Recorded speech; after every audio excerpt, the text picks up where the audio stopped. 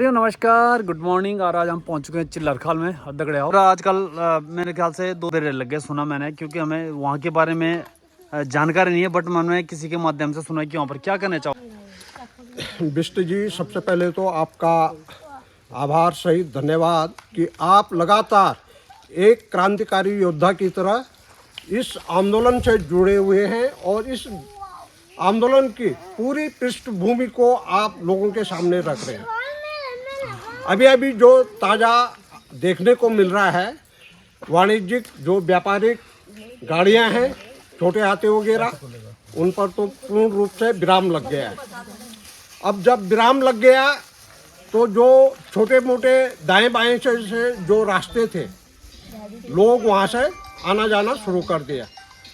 तो प्रशासन ने, जंगलात ने जब देखा कि भाई हमारे गेट से तो गाड़ी नहीं जा रही है, लेकिन दूसरे तरीके से लोग जो है आवागमन कर रहे हैं यहाँ पर, तो उन्होंने एक बैरियर तो यहीं पर, ये मंदिर के पास में से, जो चिल्लरखाल का ये हनुमान मंदिर है, इसके थोड़ा आगे जा कर के एक गेट सुनने में आया है, मैंने देखा नहीं है। और एक गेट जो है ये यहीं पर गांव के आखिरी छोर पे एक बना दिया है, और एक सिद्ध बाबा के पास में उन्होंने गेट बना दिया है, जो कि शाम को 6 बजे बंद हो जाते हैं। इसका मतलब, और आगे भी उन्होंने कार्रवाई, आगे जो है वहाँ पर से भी 1-2 रास्ते हैं, तो ये सब रास्तों को इन्होंने जंगलात में अपने बचाव के लिए बंद कर दिया है। और ये होना लाजिमी भी था, क्योंकि कोर्ट के आदेश से बड़ा कुछ भी नहीं होता है। आपने भी सुना, हमने भी सुना, सारे देश ने सुना, उत्तराखंड ने सुना है कि इस पे जो है रोक लग गई है। अब जब रोक लगी है तो उसको कैसे आदेशित किया जाएगा? ये आदेशित करने के लिए शासन प्रशासन को हरकत करनी पड़ेगी, और ये तो काफ़ी देर कर दी इन्होंने जो ये कार्रवाई की है। मैं तो ये समझता हूँ कि कोर्ट से बड़ा जब कोई होता नहीं है, तो इस पे तत्काल 72 घंटे के अंदर जो है व्यवसायिक जो वाहन है उनको सम्मानजनक तरीके से रुक जाना चाहिए था। और इसमें हमारे पास कहने के लिए कुछ नहीं है, क्योंकि ये आधी अधूरी जो लड़ाई है ये कोर्ट में वहाँ पर लड़ी गई है। क्योंकि कोर्ट का आदेश है कि 18 गांव और 41,000 लोगों के लिए ये जो पगडंडी नाम दिया गया है, इसको सड़क ना मान करके, और आप केवल 41,000 लोगों की व्याख्या कर रहे हो, तो आपने तो वहाँ पर गुमराह किया है ना कोर्ट को। भाई कोटद्वार में तो 2 लाख लोग हैं, हरिद्वार ग्रामीण है, तो ये काफ़ी दुखद है जो पैरवी की गई है। ये बिना ठोस तथ्यों को सामने रख कर के की गई है।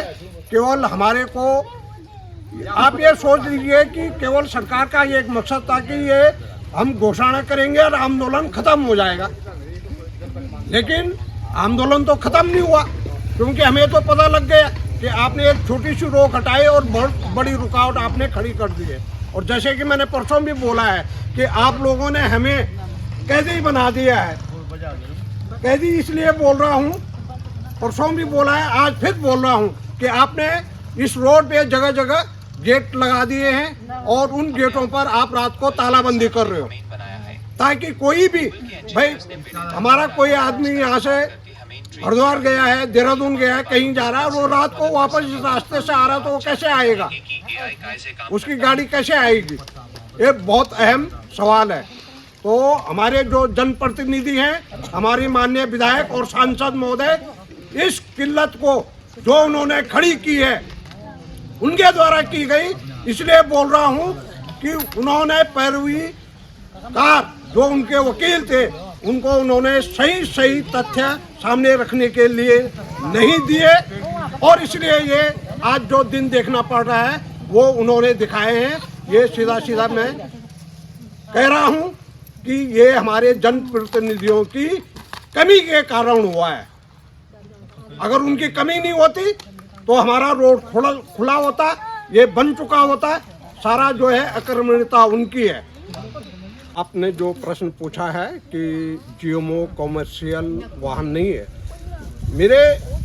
मेरा कहना है कि कॉमर्शियल वाहन वो तमाम चीज़ें हैं जो व्यवसाय के लिए खड़ा किया गया है। जो भी ढांचा खड़ा किया गया है जो भी गाड़ी है पीली पट्टी, उसका मकसद ही व्यवसाय करना होता है।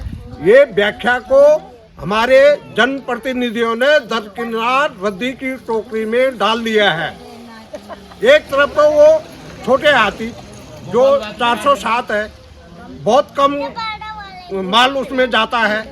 भाई एक बस है, वो हमारी फौज में 3 टन से भी बड़ी है, बिल्कुल 3 टन के बराबर की हमारी जीएमओ बसें हैं। तो आप मान सकते हो कि 1 टन माल वाले को तो 1 टन पर तो आप प्रतिबंध लगा रहे हैं, और 3 टन माल वाहक को, वो भी माल वाहक की हो गई। हाँ सही बात, ठीक है, मालवाहक। तो ये जो है कोर्ट की अवहेलना कौन कर रहा है? हमारे जनप्रतिनिधि कर रहे हैं, जो कह रहे हैं कि हम जीएमओ की बसों को मालवाहक या व्यवसायिक वाहन नहीं मानते हैं। जी तो आप खुल्लम खुला कोर्ट का अवहेलना कर रहे हैं, बिल्कुल। और आपने हमको कैदी बना दिया है। आपने अपने फॉरेस्ट विभाग को जो है आदेशित कर दिया कि जगह जगह बैरियर बना दो और इनको कैदी बना दो। धन्यवाद सर।